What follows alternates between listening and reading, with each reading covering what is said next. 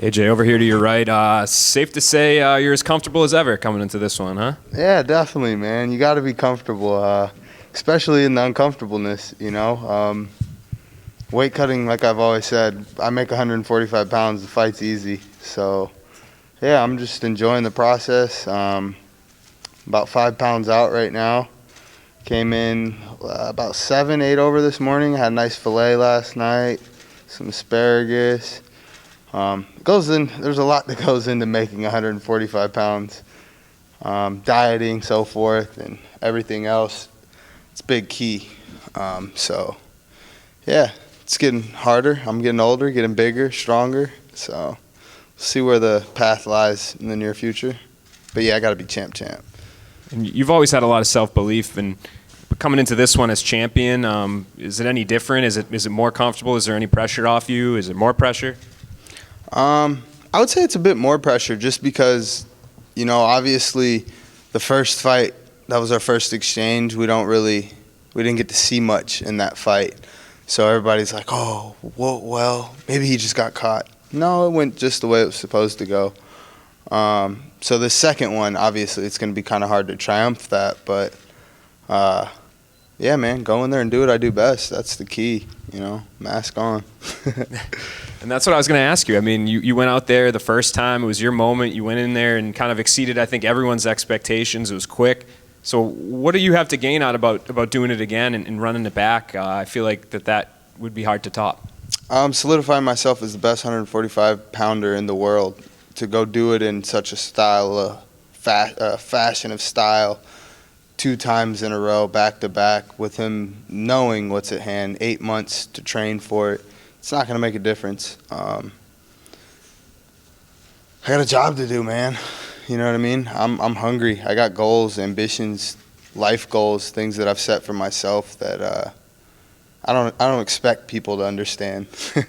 That's why they're called your dreams. They're for you to understand and only you, But you got to put the work in, and that's what I'm looking forward to continuing to doing. You've probably studied Patricio Pitbull, you and your team, more than anyone ever. I think you just kind of touched on it there, but do you feel like the adjustments that he would need to make to beat you is something that wouldn't be able to even happen in this period of time? Nah, it's going to take longer than 8 months, and it's going to take more than one training partner. You're going to need a jiu-jitsu guy. You're going to need a wrestler. You're going to need a striker. Then you're going to need a conditioning coach. And then you're going to need a game plan. And then you're going to need a backup game plan. And then another backup game plan. Yeah, I mean, I'm looking forward to this fight, man. He's been the man since I first stepped in this cage, so hats off to him. But like I've constantly said, it's a new era, new wave. And, waves, they come with some power. Speaking of waves, I feel like when you won it back in July, you had this huge wave of momentum, and then you kind of disappeared for a while. We didn't really hear from you. When's the AJ fight? And we'd ask Scott, we're going to talk to him, So I guess, were you hoping to get back in there sooner, or is this how you wanted it to be? Did you want to take some time off once you won the title? Nah, man, I was definitely looking back to getting in there within the next month or two. I was speaking upon trying to fight in Risen in Japan. I like to travel. I used to get to travel a lot when I was younger, Italy, Dublin, I got to see the world, all over the world, and that's a big thing for me, So I wanted to get on that Risen card, go fight champ for champ. I'm also on a belt spree right now. I want all the belts, man. So having a Risen belt, my dad fought in Pride days back in the day. It's OG of all OGs. The crowds, the fans out there, it's just a different vibe, different aura. They're very respectful, very quiet. You know what I mean? It's different. It's like fighting in COVID here. You know what I mean? It's a different level of respect they carry out there. I feel like, you're not going to hear the grab him by the dick and the you're not hearing that stuff out there. It's very quiet and just chill. But yeah, dude. I'm a big snowboarder, so I want to go snowboard. I've been snowboarding a lot. I got to go do the Indy races. I just been enjoying my life, dude, honestly. But as soon as I get a call with a contract, I sign that dotted line, I've been needing shoulder surgery. If I would have knew I was going to wait 8 months to get back in the fight, I probably would have got shoulder surgery. But realistically, would I get shoulder surgery? Because I didn't get it before the last fight, So I don't know, man. I enjoy fighting. You know what I mean? If it's up to me, I'm trying to fight every 3 months. If I'm knocking people out in 2 minutes, put me back in there 2 months. I'm not trying to sit on a bench. Like, I'm 27. This is a passion. This is something I love to do. So, yeah, I'm not trying to sit around, man. I'm trying to be active. Was part of it the opportunities that were laid out? You just were waiting for the right one. Like, did you have to get a little more excited to fight Pitbull again, or was it not really about the opponent? I don't think it was really about the opponent. Obviously, I think Bellator, Scott, they wanted the rematch. Patricio wanted the rematch, clearly. He released the belt for his brother to become a champion. In my eyes, in order to become a champion, you have to beat a champion. So that 155-pound title is still vacant to myself. But to solidify myself as the best 145er in the world, yeah, I'll put the icing on the cake, finish him off, and then go beat his brother up as well. But there's also contractually things that go on within this sport. So there's agreements and understandings that have to come to the table, you know. And that was kind of the holdup for a while. Was just trying to figure out contract stuff. There's a lot of contract drama in my life at the moment. But yeah, I'm at the end of the day, dude, I just want to fight. Fuck all the drama, you know what I mean? Put me in there. I don't care about the paycheck. Like, obviously, like, the paycheck's ideal, but for me, where I know I'm at, where I'm going, and this next chapter of my life of where I want to be and how I want to conduct myself, I just got to continue to focus on myself and the man upstairs, and everything else will fall into place. Hey, AJ, right here. AJ, I saw you were at the races. You mentioned it. You good? Yep, drop my phone. I always break this thing. Damn, my Bible open. Must need to get in that, you know what I'm saying? He's speaking to you, boy. Put that $1 million paycheck to use, right? Yeah. The races in Long Beach. I mean, I have to imagine, in your backyard, that was a pretty cool experience to have. Just, do you think about that? Do you think about, hey, like, trying out some other stuff outside of fighting? Definitely. When you see stuff like that? Oh, definitely, dude. I got a need for speed out of this world. Getting to do a ride-along, being able to do a ride-along in an IndyCar was phenomenal. It's something I can see myself doing in the near future. A question was asked me, IndyCar versus F1. Obviously, F1 is like, that's it, but you got to start somewhere, you know? And having the Indies in my home turf backyard, like, dude, why not? I'm already looking at simulators, like, full force. I've touched speeds probably most people would be terrified of, so I want to put that on a track and do it the right way. Yeah, I'm not going to put out there the speeds I've been up to. I'm pretty sure Scott Coker's going to feel very relieved to hear you're doing that, but for sure, you talked a bit about, like, setting an example. You got your little brothers now, you got a sister, obviously representing, dad and the family name. When you talk about your career and you talk about the choices you're making, whether it be in training, business, or all that, like, can you tell me a little bit about what are some of the decisions you've made? Because, like, you know what, you want to set that good example for your family and for your siblings who look up to their brother, the world champion. I would just say goals, aspirations, man. Wanting to live a life that, my dad, I don't think he ever imagined the lifestyle that I'm expecting to live. Like $1 million is a substantial amount of money, yeah. But to me, I'm like, nah, that's just the beginning. I want 100 mil. That's my note for the fight game. 100 mil. It's becoming a sport. It's changing insides and out, so why not? Floyd 50-0 in his sport, okay. AJ McKee 50-0 in his sport. 100 mil. Why not? If not, man, I'll walk away from this. Mason King McKee will eventually run, and he will be exactly where I am. So for the McKee legacy, dude, it's nothing to us. We're generations into this, and we breed champions, inside and out, well-rounded champions, not just wrestling, not just striking, not just jiu-jitsu. Like, the McKees will be known as mixed martial arts eventually. Like, it's inevitable. My he's like the wizard, dude. He's finding new tactics, new traits to just do his little guinea pig tests with. It's kind of crazy, dude. But, you know, his antics work. You know, he teaches us to control your mind. If you can't control your mind, you're a loose cannon out there. That was Patricio's problem the first fight. He was a loose cannon. This fight, he's a bit more calm. That's why I said, okay, now we'll go 2 rounds. I thought the first time it was going to go 2 rounds, but nah, he was too fired up. Hey, AJ. So Pink's Hot Dogs in L.A. gave you the chance to have your own AJ McKee dog. I'm curious what other culinary creations you want to bring into reality. Ooh. I mean, I got these. Have you ever had a slutty brownie? I think that's the cookie dough one, right? Well, it's cookie, brownie. I myself put Snickers inside of it. Of course, fucking Snickers, dude. Yeah, add a little Reese's in there. I don't know. Snickers been dropping the ball. Nah, you can never go wrong with Snickers. But I might be on little Butterfingeries, you know? They get a little slippery sometimes. Who knows? I don't know. You bought 3 cars with that $1 million prize. I'm curious, what was the breakdown of where the rest of that million went for you? Did I buy 3 cars? 1, 2, 3. Yeah, I did buy. How do you know I bought 3 cars? Research? I bought Pops a Jeep. I bought myself a S2000 Import Life and a Caddy. The Caddy was obviously the biggest spend of the 3. But Champ Life, you got to drive a Champ car. 2018 CTSV Championship Edition. 2021 Championship AJ McKee. It's the white one, right? You looking Yes, for the, sir. I you wanted go. black, but after having the You white, gotta trade it. nah. After having the white's the move. Yeah, I like it. Now, you've spoken extensively about Alexander Volkanovski, mainly downplaying his skills and performances. I'm curious, because this game, there's a lot of showmanship, there's a lot of talk, but do you pursue that matchup in the future? Definitely.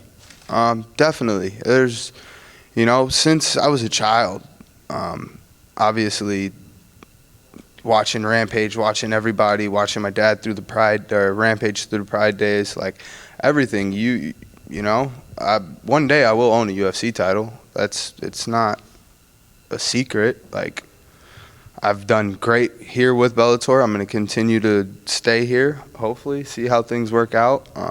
But I think after this fight, you know, I'm going to put the icing on the cake this one last time. We got to sit down, go over some contracts and so forth. But it's getting this last fight out the way. That's why I call it the icing on the cake. It's time to make it sweet, baby. You know what I mean? Like it. Last one from me. With your father's MMA legacy, I imagine it's got to be a huge motivator. But do you ever find yourself maybe negatively comparing you to him? Are there any additional nerves caused by your dad's career in the sport? Yes and no, because at the end of the day, being a second-generation fighter, I would feel the respect and recognition should follow suit, especially along the lines of the way that his career was, being 8 years undefeated, so forth.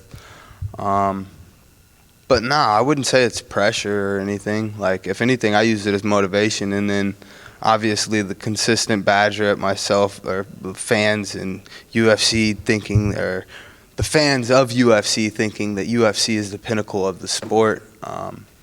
And then comparing Bellator as B-League, like, what? Nah, that's where you guys forget. The organizations don't make the fighters make the organizations. And, yeah, that's the example I'm willing to make. And that's why Uncle Dana don't want to do that. Their brand has done so well for many, many years, molding the organization and the fighters under the organization, where, you know, Bellator is it's like a loving family here with the fighters. You know, everybody gets to do their own thing, kind of, and yeah. What's up, AJ? We'll shut up about the UFC after this one, Thank but I you. gotta ask off of his question. We know you'd like that unification bout or just a fight with Volkanovski, but are there any other featherweights currently fighting in the UFC that you watch that you'd like to cross paths with one day? Dude, Holloway's like my dream fight. It's just a heart of a lion. You know what I mean? Watching him, Dustin, like, these are all guys I've watched since I was a kid. You know what I mean? Even Benson, like, that's a super fight here within Bellator that can happen. Stylistically, that's a fucking awesome fight. Like, that's a banger. Like, I'm giving up where I would feel like, all right, this is gonna be a tough fight. Like, you know what I mean? But at the end of the day, like, a tough fight's not something I've ever been scared of. You know what I mean? Anybody that's willing to walk in there and fight you that's somebody you got to worry about. But yeah, Holloway was always my dream fight as a kid. That's the true champ in my eyes. Just skill set, style wise. Like, nothing against Volkanovski. Everybody keeps thinking I'm dissing Volkanovski. The dude's a champ, bro. He's good. But stylistically, it's a bad matchup. It's like Pitbull and I. It's a bad matchup for Patricio. It don't look good. It's not gonna look good ever for him. Volkanovski, the same thing. I just noticed little things in his skill set, you know. He's very heavy on that rear foot, and there's no lateral movement unless he's cutting angles trying to recover, kind of. Other than that, he's planting his heel into the floor, and he jumps and leaps forward to get off punches. Okay, well, somebody that masters range, speed, and timing, you're going to have a problem with. And they can wrestle, and they have good jiu-jitsu. I mean, you saw what Ortega did. Put him in a triangle, this, that, but come on, let's keep it G. No offense to Ortega, like, dude's legit, but he ain't a dog like that. As soon as I get you in a triangle, I'm gonna bash in your face in with elbows, bro. I ain't worried about trying to finish the triangle to finish an arm bar. Like, I'm gonna try to cause bodily harm and damage to your face. Like, that's the name of this game. I'm sorry to say it sounds very just gory, but I mean, hey, that's what people want to see anyways, right? And I saw you were on the MMA Hour earlier today with Ariel Helwani. Do you like this part of the fight game? You just mentioned you like the traveling aspect of fighting, but do you like talking to the media, guys like me, and getting invited to be on talk shows and whatnot? Definitely. It gives me an opportunity to try to kind of, I wouldn't say correct, but just maneuver through my path, set my goals and my ambitions, and kind of give it to the public and let them see what I want to do within the sport, what I want to do outside of the sport. And it gives me an opportunity to have my fans kind of relate to me on a personal level inside of the MMA game. Being second-generation fighter, obviously. Oh, your father was a B-League fighter too. Oh, God, here you guys fucking go with this B-League shit, you know? It's comical to me, but I enjoy it. I remember watching you, I don't know how long ago it was, a couple months ago. You were on an Instagram Live with Helwani. You were guessing the fighters based on, like, hints. I had absolutely no clue. You don't remember that? Yeah, I had no idea who half of them were. You weren't too good at it. Your dad was better than you were. Dude, I was talking about the movie. I forgot who I was just speaking with. I think I said Halle Berry. Was it Halle Berry that was in the little fight movie? Yeah. Okay. I didn't say Halle Berry. I said J-Lo. Or I think I said J-Lo, and it was fucking Halle Berry. I'm not good with names. Some things are genetic, I will say. And being horrible with names is a genetic trait that I got from my father, hands down. But I'm working on it. And I know you're getting used to the stardom. You're champion now. You're, out there in the spotlight. But when you see your name next to that #1 pound-for-pound ranking, what are some of the emotions you feel, or what are the thoughts that go through your head? Let's keep going. Keep going. Yeah, it's time to take over the world. Yes, sir. That was my goal. When I became a world champion, it wasn't just, he's a world champion. Like, no, I really envisioned myself as the champion of the world in entirety, because I know my skill set, I know my craft, I know what's been put into me since I was a child. And yeah, man, as Conor once said, I'm here to take over, not to take part. Oh, you're copying Conor quotes now. Like, I know. But I'm going to live it up. That's the difference. You ever see me in a submission, I'm not tapping, I'm going to sleep. That's just the different character traits that have been instilled in me. Different warrior, different mindset, you know? And last but not least, I never noticed that tattoo on your palm. What is it, and when did you get it? Which one? The one on your right palm. This one? This one's Faith. So it's fake? Yeah, this one's Faith. So like everybody's hand I shake, I give them faith. Do what's right. Faith. Yeah, it's faith in Arabic. And then I got loyalty in this palm. Yeah. That's cool, man. Yeah, I just got this one probably like a month. No, Faith. Yeah. Faith. Fake? Why'd you get fake in your palm? Because I recognize your fakeness. No, I'm just kidding. AJ, I have one question for you. Nate Diaz teased us with asking to come to Bellator, and you're talking about UFC. Would he be somebody that you would be interested in fighting? Definitely.